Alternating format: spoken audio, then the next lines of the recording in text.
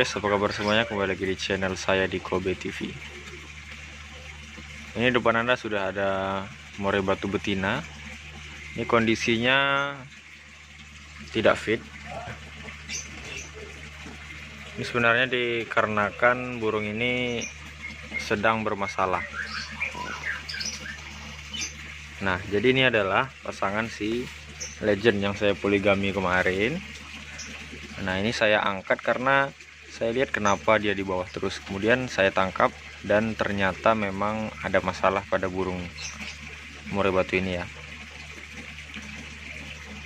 Nah, dari yang saya temukan, murai batu ini kalau saya lihat ini kena saraf. Ya, pertama saya ragu entah karena nyilet ataupun sakit ya. Ya, ini sebenarnya udah dibilang sakit, tapi jenis sakitnya kan macam-macam ya. Karena sakit itu ada nyilet, ada saraf, kemudian tetelo dan lain-lain ya. Nah, ini pertama saya tangkap saya masih biasa aja sih, karena saya bingung. Pada saat ditangkap dia memang diam saja, diam, nggak melawan, nggak apa-apa, nggak ada perlawanan lah gitu ya. Nah, kemudian saya letakkan di bawah. Saya letakkan di kandang seperti ini, dia langsung di bawah. Dan kemudian agak lain gitu. Kayaknya daerah kakinya itu bermasalah gitu ya. Kayak diangkat-angkat gitu ya. Nah, pertama saya masih memprediksi ini burung ini kena saraf. Tapi saya masih ragu sebenarnya. Makanya saya beli obat tetelo, saraf, anti saraf ini. Anti saraf saya nggak tahu ini merek apa, karena yang ada ini ya sudah saya cari tempat-tempat. Yang ada ini. Di sini aturan pakainya beberapa 3 tetes air minum, diberikan selama 1-4 minggu sampai burung sembuh. Berarti kalau untuk penyakit saraf seperti ini memang agak lama ya.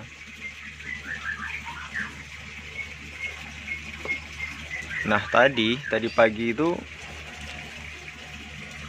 saya tangkap seperti ini. Nah, tuh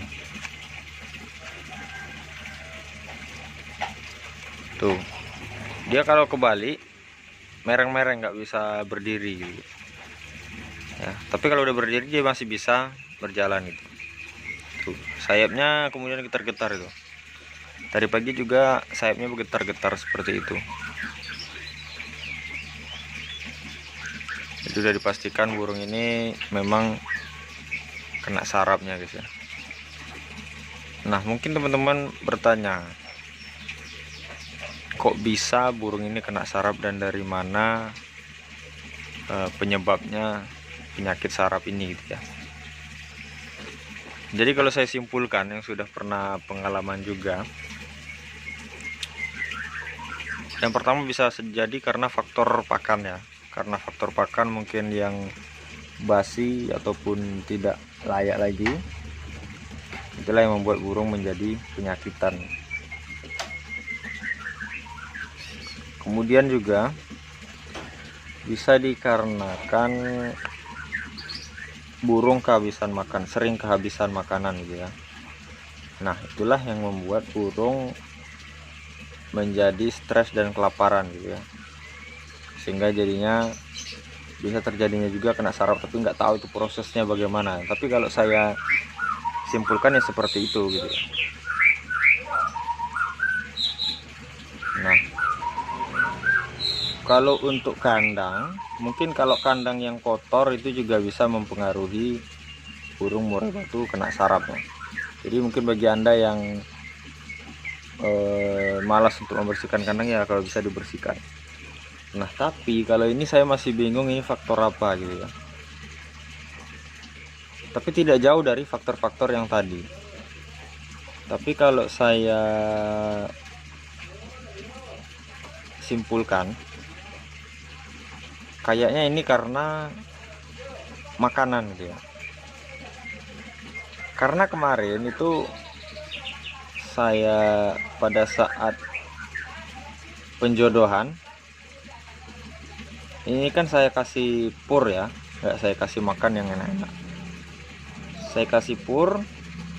Nah entah mungkin karena pur itu udah terlalu lama terbuka apalagi di sini kan hawa-hawa panas, hawa dingin masuk, jadi sangat cepat membuat si pur ini menjadi basi. Sebenarnya gampang lihat purnya karena kondisi posisi pur itu di dalam ya, jadi seperti ini posisi purnya kan di dalam sini, jadi saya nggak tahu guys, nggak bisa kelihatan. Nah tuh, jadi saya nggak bisa ngecek, tapi bukan di sini kan, kemarin penjodohannya di sini ya, penjodohannya. Nah sebenarnya kalau mau lihat pur itu nggak bagus lagi tuh gampang sebenarnya guys ya, dari aromanya kemudian bentuknya juga ya. Jadi kalau untuk saat ini yang saya tahu ya seperti itu gitu ya. Nah ini, tapi apakah sarap ini bisa menyebabkan kematian? Pastinya bisa kalau tidak ditangani dengan benar gitu ya. Dan saya juga ini masih berusaha untuk memberi obat yang mudah-mudahan nanti kita ikuti aja aturannya. Kalau sudah mengikuti aturan dia tetap mati, berarti memang bukan rezeki.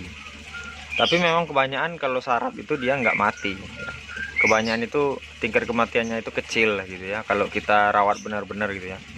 Tapi kalau seperti penyakit-penyakit lain mungkin banyak gitu ya. Sebenarnya banyak sih model-model penyakit burung, belum lagi yang katara gitu ya. Itu katara bisa juga itu. Nah, makanya ini saya cabut dulu guys. Ya. Tuh, burungnya menung seperti itu. Tapi nanti bisa dia bertengger di sini. Tapi ini nggak bisa dia dibalikin. Kalau dibalikin dia langsung jigang-jigang gitu bisa. Nah, jadi seperti itu. Jadi sekarang untuk posisi legend sendiri.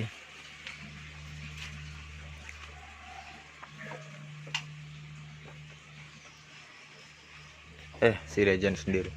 Sepasang sekarang kan, kemarin mau saya poligami ya. Tuh. Itu betinanya satu di batu itu ya. Jadi kita akan melakukan proses penyembuhan terhadap pasangan yang satunya.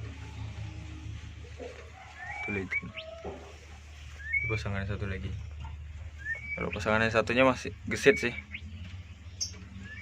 Jadi kalau untuk gejalanya sebenarnya udah ada pada saat sebelum saya pindahkan ke sini. Karena saat biasanya burung tersebut gesit, setelah saya pindah sini kok jadi pendiam gitu ya. Dan makin lama makin hari dia makin menurun kondisinya, makanya sekarang saya cabut. Jadi dia di bawah terus guys ya, di bawah terus gitu. Jadi untuk saat ini kita angkat dan kita rawat dulu ya. Dan pastinya kita kasih obat seperti ini. Ada juga teman itu yang mau nggak pakai obat sembuh, tapi jangka waktu yang lama ya. Jadi ya kalau bisa ada obatnya ya pakai obat gitu ya. Tuh.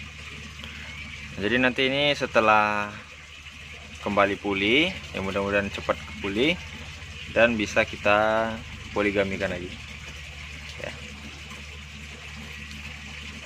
Nah mungkin teman-teman bertanya lagi, apakah nanti bakal melakukan proses penjodohan lagi gitu ya. Mungkin kalau untuk masalah itu biasanya dia kalau udah pernah disatukan atau sudah pernah menjadi pasangan itu nggak susah lagi sih. Paling ini akan saya 3 hari sebelum memasukkan itu saya gantung-gantung dulu di sekitar kandang si legendnya, supaya si legend mengenali kembali dan bisa menerimanya nanti seperti sebelumnya. Ya mungkin cukup sekian aja guys informasi dari saya. Mudah-mudahan video ini bermanfaat ya. dan menambah wawasan kita semua. Dan misalkan ada tambahan, silahkan ditambahkan di kolom komentar, karena saya juga nggak terlalu ahli masalah pengobatan seperti ini. Mungkin kalau ada teman-teman yang saran apakah ini memang juga penyakit saraf atau bukan gitu ya, tolong diluruskan di kolom komentar. Oke, mungkin cukup sekian. Saya Kiri. Assalamualaikum warahmatullahi wabarakatuh.